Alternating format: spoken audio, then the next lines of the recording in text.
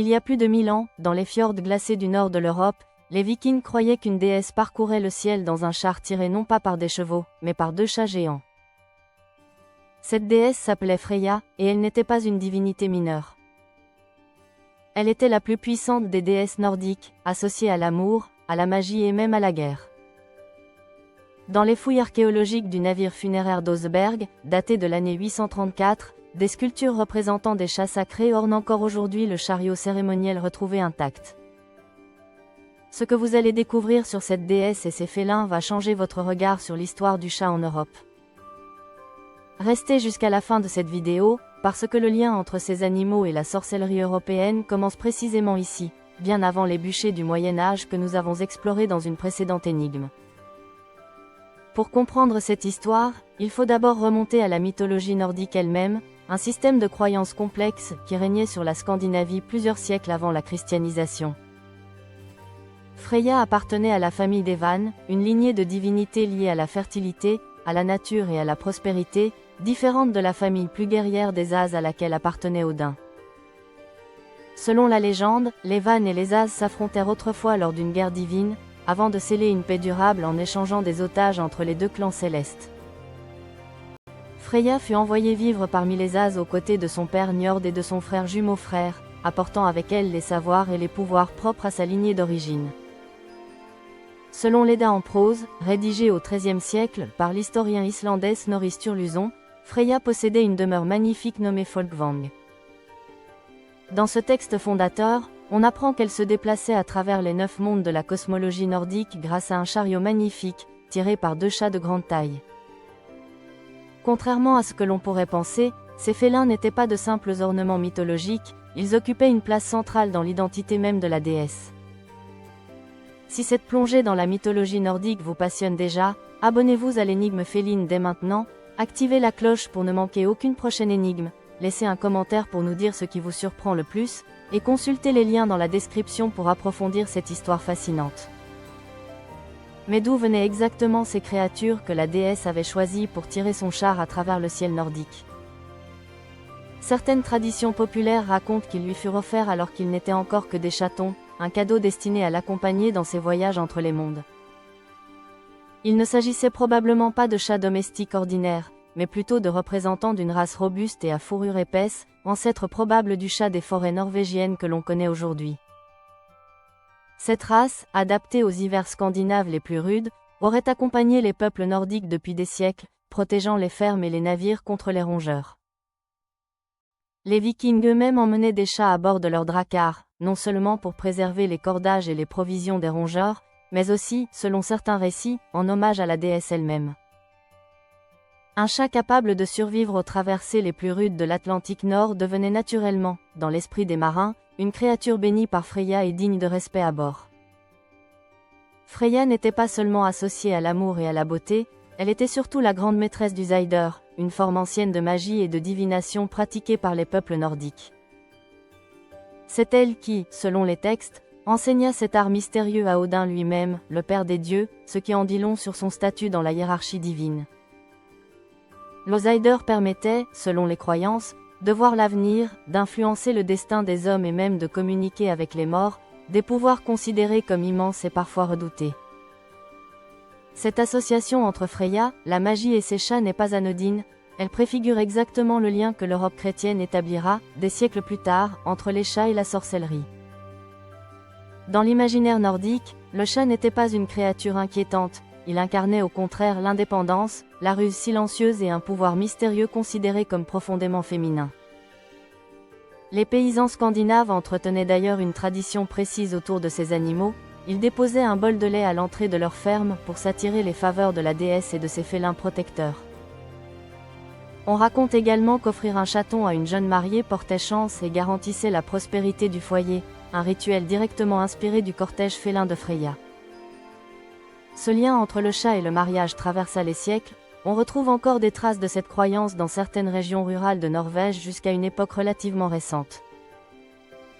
Il existe aussi un récit fascinant impliquant Thor, le dieu du tonnerre réputé pour sa force herculéenne, confronté lors d'un défi à un chat d'apparence banale qu'il tenta de soulever du sol.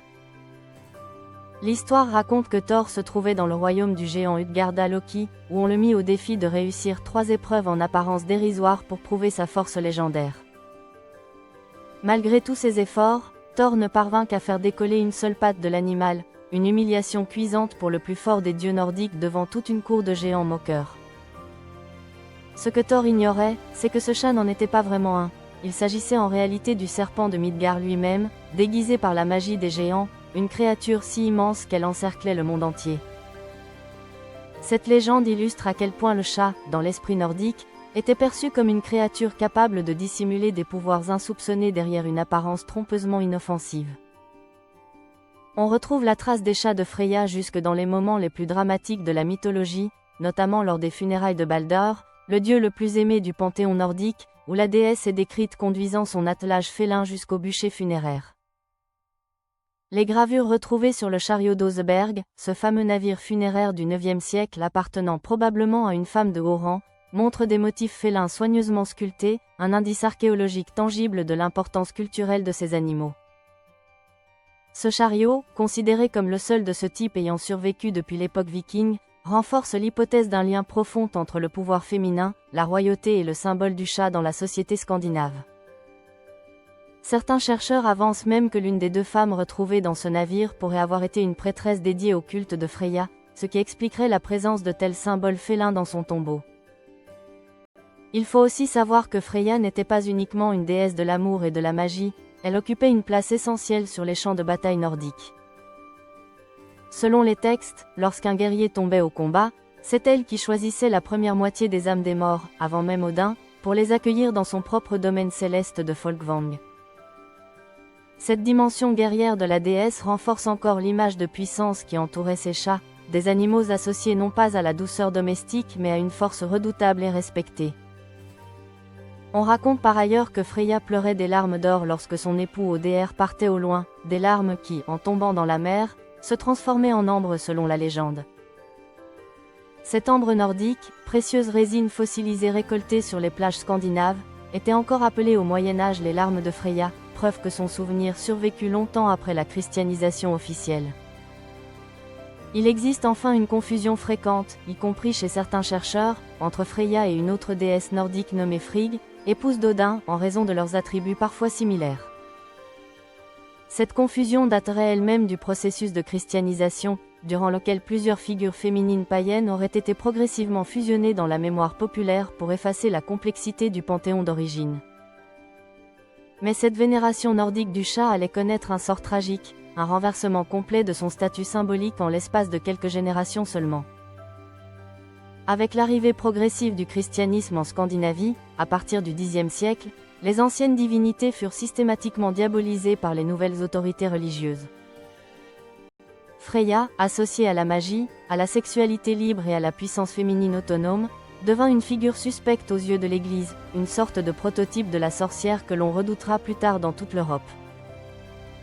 Ses fidèles compagnons félins héritèrent directement de cette diabolisation, glissant peu à peu du statut d'animal sacré à celui de créature démoniaque associée aux pratiques païennes interdites. Ce basculement symbolique, amorcé en Scandinavie, va se propager et s'amplifier dans toute l'Europe médiévale au cours des siècles suivants, porté par les prédicateurs et les autorités religieuses locales. Vous vous souvenez peut-être de notre vidéo sur la bulle papale Vox in Rama et la chasse aux sorcières qui suivit. Eh bien cette persécution européenne du chat noir trouve une partie de ses racines symboliques précisément dans cette inversion du sacré nordique. L'animal autrefois associé à une déesse protectrice, gardienne des foyers et des récoltes, devint progressivement le familier préféré des sorcières dans l'imaginaire collectif européen. Ce renversement est l'une des trajectoires symboliques les plus vertigineuses de l'histoire animale, un même animal, une même image, mais un sens totalement inversé en l'espace de quelques siècles seulement. Ce qui rend cette histoire nordique particulièrement fascinante, c'est la façon dont elle relie des continents entiers de croyances autour d'un seul et même animal. Le chat qui accompagnait une déesse guerrière dans les cieux scandinaves partage, sans le savoir, la même origine. Symbolique que celui vénéré en Égypte sous les traits de Bastet, que nous avons exploré dans une précédente vidéo de cette chaîne. Deux civilisations, séparées par des milliers de kilomètres et plusieurs siècles, ont indépendamment choisi le chat comme incarnation du pouvoir féminin, de la protection et du mystère le plus profond. Cela nous montre à quel point cet animal a occupé, à travers l'histoire humaine, une place symbolique totalement disproportionnée par rapport à sa taille réelle et à son mode de vie discret.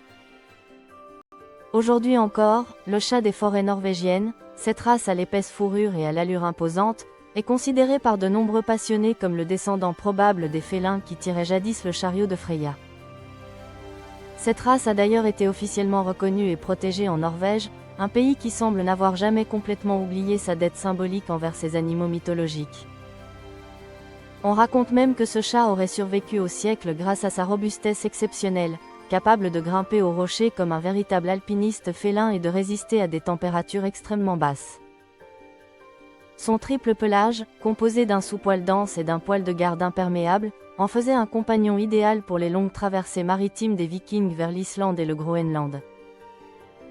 La prochaine fois que vous croiserez un chat au pelage épais et au regard perçant, souvenez-vous qu'il porte peut-être, sans le savoir, l'héritage d'une déesse nordique qui traversait les 9 mondes grâce à la force tranquille de ses compagnons félins. L'histoire de Freya nous rappelle une vérité essentielle sur notre relation avec cet animal. Elle n'a jamais été simple, jamais linéaire, oscillant sans cesse entre vénération absolue et méfiance profonde selon les époques et les cultures qui l'ont traversée. Du char doré d'une déesse jusqu'au bûcher de l'Europe médiévale, le chat aura connu l'un des destins symboliques les plus contrastés de tout le règne animal, porté tour à tour au nu et jeté dans les flammes.